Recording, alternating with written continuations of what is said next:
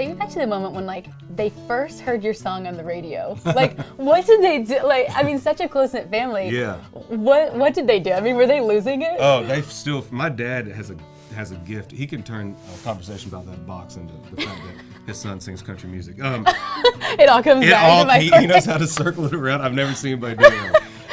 It's still to this day. I've never seen it, but yeah, he can turn. I challenge friends. I challenge you to see if he can't turn something. It's like, Michael knows about boxing. He's like boxing, Rocky. Michael loves Rocky. Did I tell you my son's a country music artist?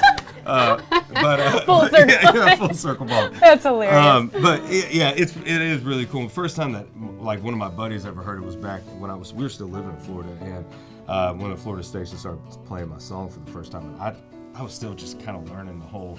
I didn't know anything about radio reps, or like I just figured, you make a song, give it a radio, and they play it, and then you play Madison Square Garden, Billy Joel. Turns out there's a lot of steps in between those two goals. But my buddy called me. He's like, hey man, he's freaking out. He's like, dude, you're on the effing radio, and I'm like, for what? He's like, your song. For what? I was like, I don't think that's even legal. And he goes, I don't know what the hell you're talking about legal. He said, but I'm telling you, Kenny Chesney, Jason Aldean, they just played 23rd song on the radio, and so of course then I like stayed in my truck, because it was before I gotta hear this. iPhones and all that stuff. So we just kept I think we killed 3 truck batteries trying to hear my song on the radio that whole day. Bring out the jumper cables. Bring out the jumping I gotta car. stay in here. Everybody was hanging out. But one of the first times I heard my first nationally released single, Kiss You in the Morning, was actually with my dad.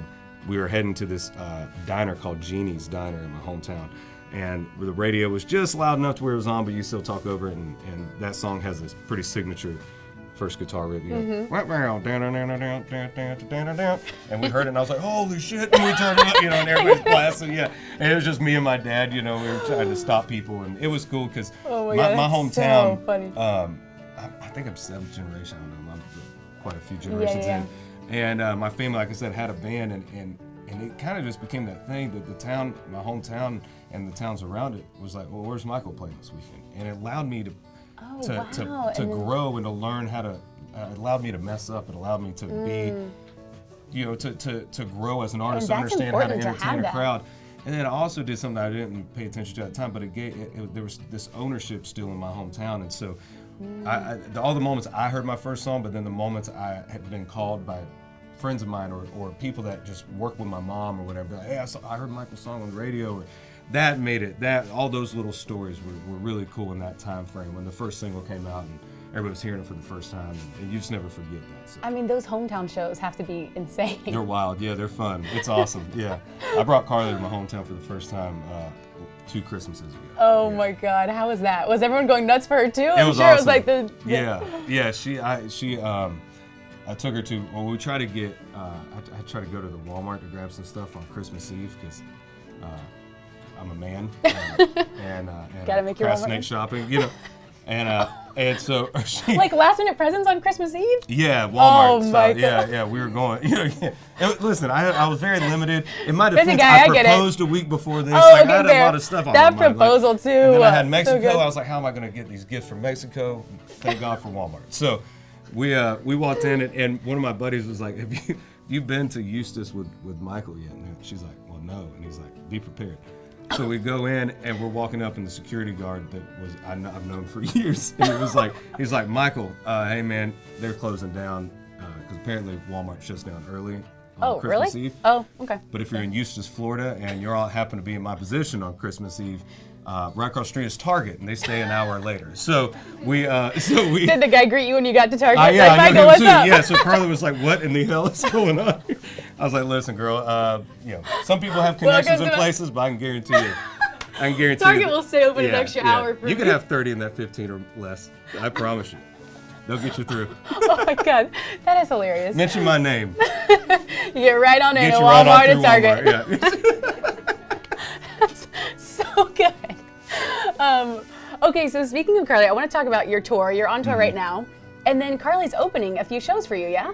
Yeah, we're doing some shows together. Yeah, we're kind of waiting until we feel the time's right to actually do a tour together. And we're both in in a spot in our careers where, she's releasing an album coming up. I'm in the middle of making a third album. There's a lot of growth. There's a lot of stuff that we have to do individually for our personal careers, and then we can bring them together when it makes sense. We're going to do that, and really, and also when we have the time to really focus on rehearsals for it and make it something different than just Michael Ray and Carly Pearce. Like, we can actually conjoin do it. Something. We right. want fans to see the difference. We want fans to go, okay, this is different than if you just see Carly or Michael by themselves.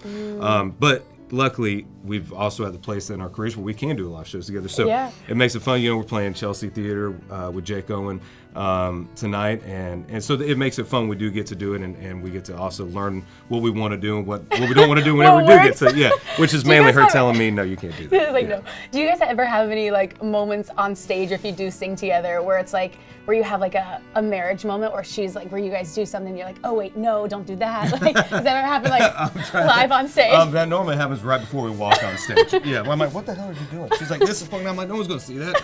We got people waiting. Get on up there. But no, I don't think we've had any of that yet. It's probably coming though. If you guys were to sing a duet on stage, what would it be? We've been singing When You Say Nothing at All. I love that one. I actually saw that. Yeah, it's good. which was funny. We the first duet we ever sang together was Jackson. Yes, we're going to Jackson. Yeah, there you go. See. I'm also a country music star. I love it. I'm just kidding. I can't sing at all. She's actually Carly. Gotcha. Bring out Carly! Which was surprise. Which was nerve-wracking. She's like, "Hey, you want to sing? You want to sing with me?" I was like, "Yeah, sure." And it was 4 days or 3 days beforehand. She's like, "All right, we're gonna sing it on the Opry." And I'm like, "What?" And so we're in her kitchen, just playing acoustic, trying to figure out. And I'm like, "Oh my God!" I'm like, because here's the deal: if I mess up, it's just me. But if I bring her down with me on the Opry, you know what I mean? Next thing you're never gonna hear the end of that. I'm never living that down. You're the one that screwed Carly Pearce's career on the Opry. So I have more on my back. She didn't think that through. What that put me in. So, that was the first one. I'm trying to think if there's any other iconic, any of that. Iconic moments. Yeah, or iconic duos. That was one. That was an iconic moment for us, I guess. We made it through. Any of that Conway Twitty, Loretta Lynn. Yeah, it's so good. George Tammy, any of that stuff. I'm sure there's some songs in there that we'll end up doing. There's a couple Keith Whitley, Lori Morgan stuff that we're gonna work up. But for right now, we've been enjoying doing When You Say Nothing at All, because it combines. That song's never been a duet, but Alison Krauss did it. Oh, that's I was wondering. I knew Alison Krauss did it. I didn't realize it wasn't a duet. Yeah, so Keith Whitley originally did it, and that I grew up just a big Keith Whitley fan, and she grew up a big Alison Krauss fan. So we thought it'd be cool to conjoin the two and make it a duet, but then also shine light to Keith Whitley, shine light to Alison Krauss, and just in case people listen to it and went, oh, I didn't know Keith Whitley, or I didn't know Alison Krauss did this, when they look it up. Yeah. Carly and I both, the men and women that paved the way for country music mean a lot to us, and anytime we can shine light to know that, or to a crowd of maybe younger audiences or whatever, that they can look up and we can still shine light to the Keith Whitleys or the Alison Krauss of the world, and all the other bunch of open that stage for everyone. Open that stage for everybody, for them to go, oh, I didn't know. Okay, that's how this originated. And I think when you know the backstory of what one of your favorite artists listened to or grew up listening to, it makes that artist make more sense now. 2019, such a big year for you. You married the love of your life. You are on tour. You have a #1 record. 2020. What's happening? What's going on? Man, riding Her World or Mine. It just broke top 30 at Country Radio, and thank you, yes! Thank you. And riding that, and honestly, just really focusing on this new album. We got a lot of shows coming up. We're always doing. I've been doing 130 shows a year since I was, between 100 and 130 since I was 17. So do you still get nervous before shows? When you've nailed it down like that? Yeah, it depends on where we're at. I think there's some places that no matter how many times you play, you're always going to be nervous. Always 50 times, always nervous playing the Opry. Right. Played Red Rocks a couple times. Oh, wow. Nervous there, always playing there. There's some places that just where you're at is bigger than how prepared you are for that show. Yeah. It's like you start seeing the people that grace that stage, or the photos, or just where you're at. Yeah, I think it just it's bigger than life almost. You're like, how the hell did we get here? I know we put a lot of hours in and we've had some hits, but how did we get here? But it's still a surreal moment. It really is, and I think if you ever lose that, that's when you might need to start adjusting. Take a break or take a break or something. When you can step on the Opry and it becomes routine, or you can step on a stage like Red Rocks, or you can, wherever, those places, Madison Square Garden, those iconic places where just becomes another thing. You might want to change some things around, but I do still get nervous, Or for instance, at the end of the year, for me and my band, sometimes it can get where the show gets kind of autopilot. And so that makes me more nervous than being because if you were too prepared, that's bad news. Then you're just so you like, gotta start kind of shaking like things up a riding little the bit. thing. Yeah. If you can be mid-song and be thinking about if you left your lights on at the house, that's not where you want to be. So Then you know it's a bad you gotta sign. change Okay. some stuff around. So I do still get nervous. There's some things obviously that we've been playing clubs, for a long time. So those I kind of just get excited for. But there's certain places where I'm like, don't mess it up. Is this it? Keep it together. Is this where you embarrass your family? Is this it? You know your dad would say like, nope, Michael Ray. Yeah, my dad's like Red Rocks, rock and roll, Yeah. Johnny Cash. Did I mention my son plays country music?